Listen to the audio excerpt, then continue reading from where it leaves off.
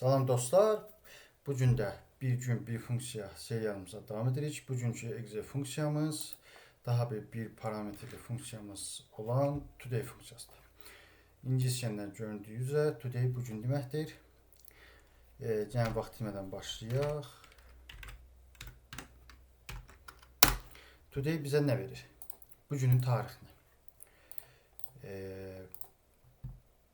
Bunun ən pis xüsusiyyəti real işlə.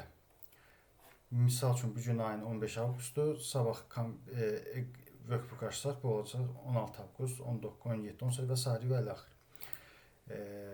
Gəlin bunu real işlə necə işlətmək olar onu göstərim. Hər şey bu dursun. Misal üçün belə bir cədvəlimiz var. Tarix, əmək etmə məbləğ və ödənəcək alınmalı tarix. Misal üçün satış etmişik. Satış 100 manat.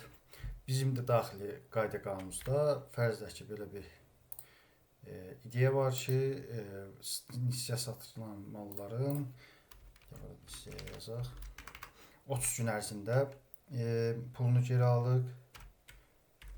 Bu zaman plus 30.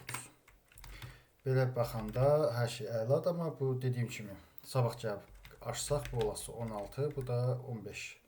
16 avqust olası, bu da 15 sentyabr. Bunun qarşısını necə alırlar? İngiliscə klaviaturada burada ya buradan seçir ya da shift altından seçirsiniz. Amma ingiliscə olmalıdır. İngiliscə belə bir knopka olmalıdır. Normalda L hərfinin yanındadır. Nöqtə vergül. Biz əgər gəlsək today funksiyası olan yerə bu klaviatura kombinasiyasını qoyursaq belə bir şey olasıdır. Today'in eyni funksiyasını sadəcə konsonant olaraq, yəni dəyişməz olaraq verəsidir. Gəlin bunu reallıqda da göstərim. Belə bunu mən şəklini çəkirəm.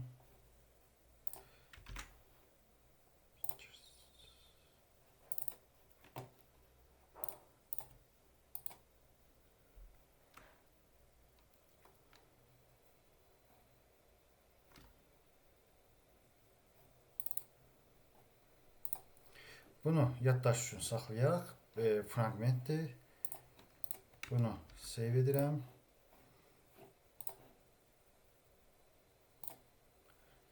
Getdik parametri bölməsinə. Time bura date and time.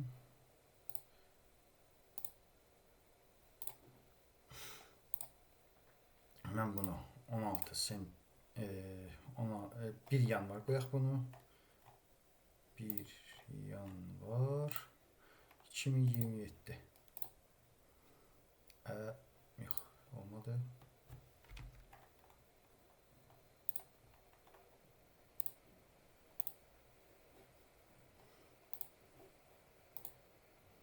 Bəli, tariximiz də dəyişdi. Bu belə qalsın, sonra dəyişməliyəm. Təzədən biz Excel faylımızı açırıq. Baxın, birincisi formula 1 yanvar oldu. İkincisi 15 avqust isə olduğu kimi durdu.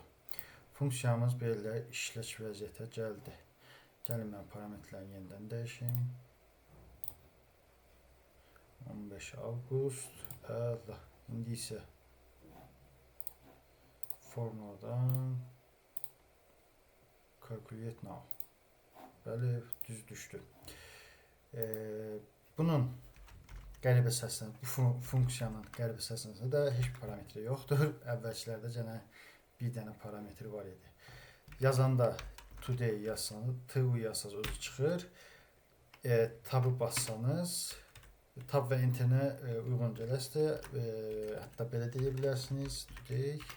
Özünüzdə mötərizəni bağlaya bilərsiniz. Eyni funksiyadır, heç bir dəyişiklik yoxdur. Həm də nəzərsə bir şey çatdım ki, Excel'də bütün tarixlər bir rəqəmə bağlıdır. Misal üçün bunu 1 yazdım, amma bunu formatını mən short date elədim.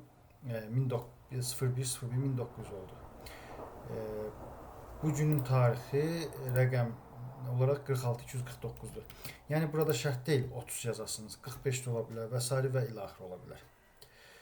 Bunu unutmayın. Funksiya ilə bağlı bu qədər. Əlavə nə suallarınızı komment bölməsində qeyd edərsiniz. Həmçinin kanalımızı bəyənib və paylaşmağı, abunə olub və videolarımızı paylaşmağı unutmayın. Sağ olun, sağlıqla qalın, özünə yaxşı baxın.